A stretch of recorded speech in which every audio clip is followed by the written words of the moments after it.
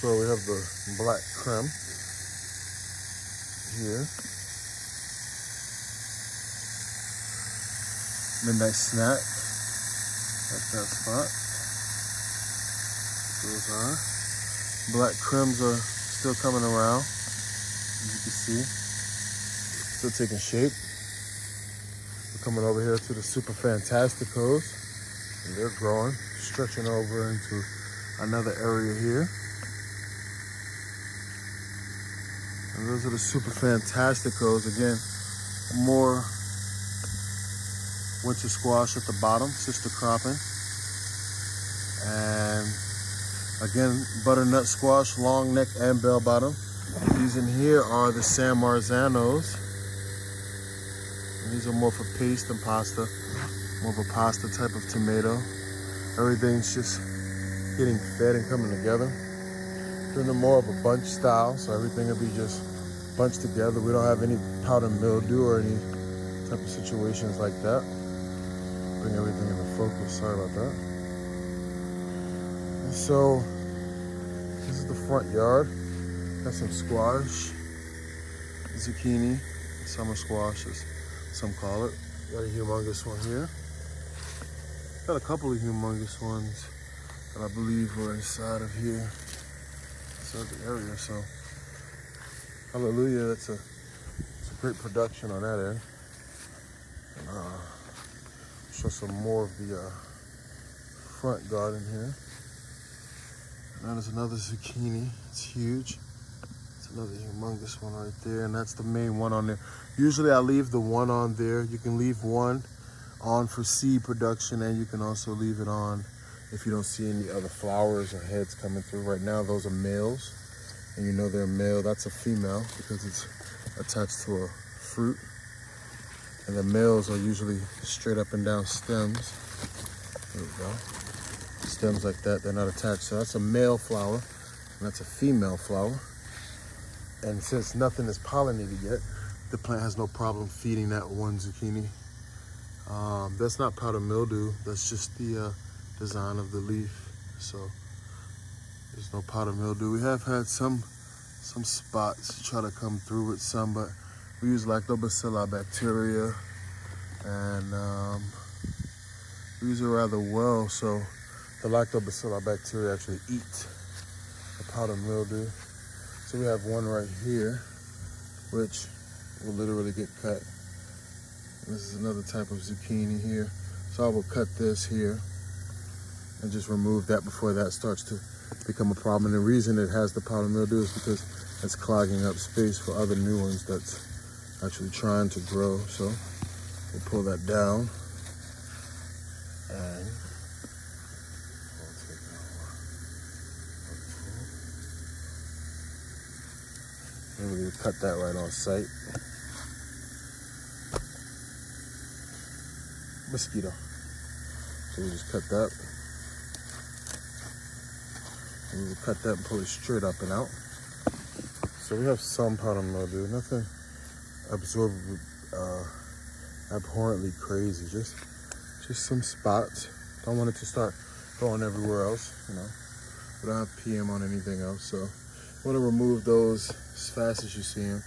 You know, it looks like a small spot, but again, I'll add some more fish and lactobacilli. That'll cover that. There's another huge zucchini in there. Let's close my knife here. So, have some more fruiting zucchini. You'll just have to sometime come in your garden and you'll just be surprised at the growth everywhere. Actually, it's two there. So sometime you come in the garden and you have some growth and you just don't know it. So again, that's the front area. This is urban garden method. Literally take all of my old leaves and some people say remove the powder mildew off, but there's other fungi and different things that eat that. That thing used to be stacked with grass and stuff and made a natural compost. So that sits there. Sunflowers actually start blooming. These things are absolutely amazing. Well over 8 feet tall.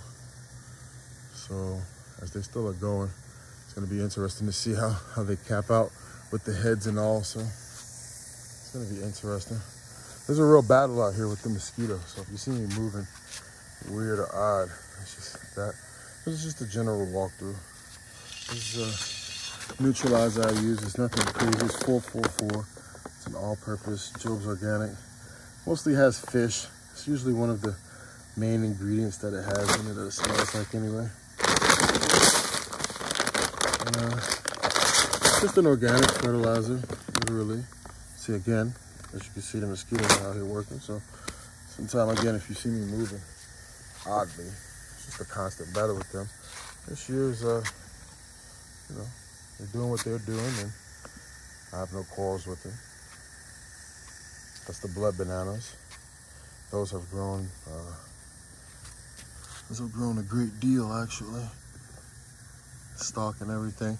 Everything's healthy, and they'll get some water this evening.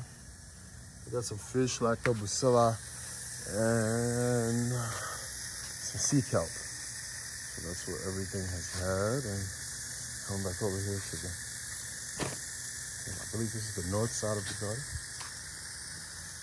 Sun comes up on this side first, and it goes over, and comes this way. So you see different plants shaped different ways, because different leaves catch different parts of the sun, and it sets this way. So you see some angled this way, and it's just how it is. And here, where we have plants that's overlapping, definitely don't like plants touching, so we'll be wiring those up, because that prevents the powder mildew. Has better airflow, but we're not watering the leaf, which also doesn't help the powder mildew grow because there's no source for it to grow with. So literally deep water seeding. I call it deep-seated watering. Some people just call it ground watering. Whatever you call it, it's just watering from the bottom. It's not letting your leaves get wet. That's the concept. Different hoses have different gauges. This is just like the pour out spout gauge. And I use this to literally just let the water run. And I have a grab. I'm on a slope, so I start at the top of the hill and everything just falls down. And naturally, it naturally does its thing. I'll be wrapping up this here soon. I usually water and get out of here because, again, mosquitoes are very hungry right now. And this is their time to eat, so I definitely try to get out their way before that time comes in the day. But just wanted to give you a walkthrough of the front garden. There's some landscaping flowers here. I'm not sure exactly what the names of these are, but they do some landscaping on them, prune the tops of them. That's all new growth coming. They're happy, everything's green.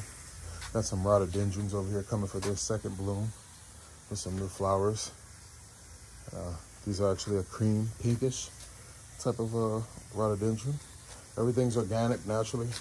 Pruned up the top of these boxwoods. They weren't doing the best, and we have new growth coming in all over the place, so all praise to the Most High for the new growth, absolutely. Got new growth coming in on all of them. They've gotten bone meal, some all-purpose, some sulfur of magnesium, sulfur of potash, sulfur of potassium. So they've gotten that, and they're coming around. Some are coming around a lot quicker than others, but I believe all of them will come around eventually. See, some is just now starting to find their way. So those are there. Put these cedars here. These cedars are Alberta cedars, so they can get fairly big, but we're not pruning the tops yet. We put them in about 2 weeks ago, so in another 2 weeks, we'll prune the tops. And that way we could go ahead and actually utilize the bushiness growth of it. But it's just another design concept again.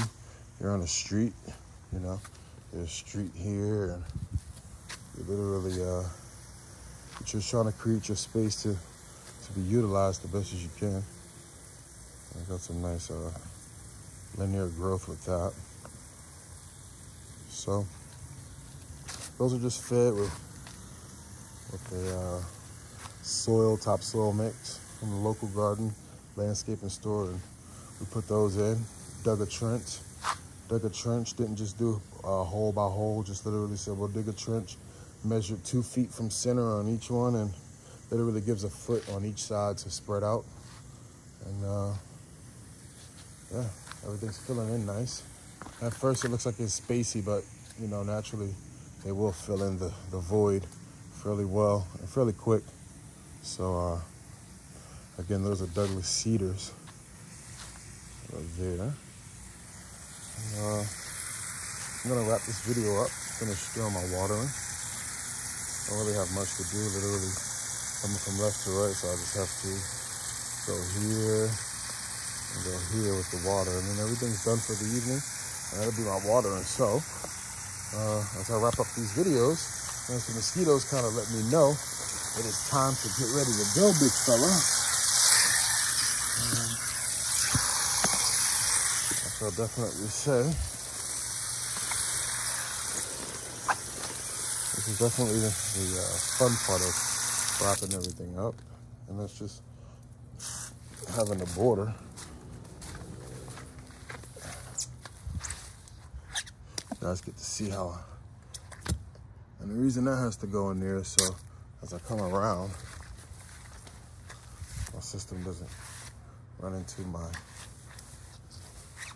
trellis as it used to. So I'm gonna keep watering, and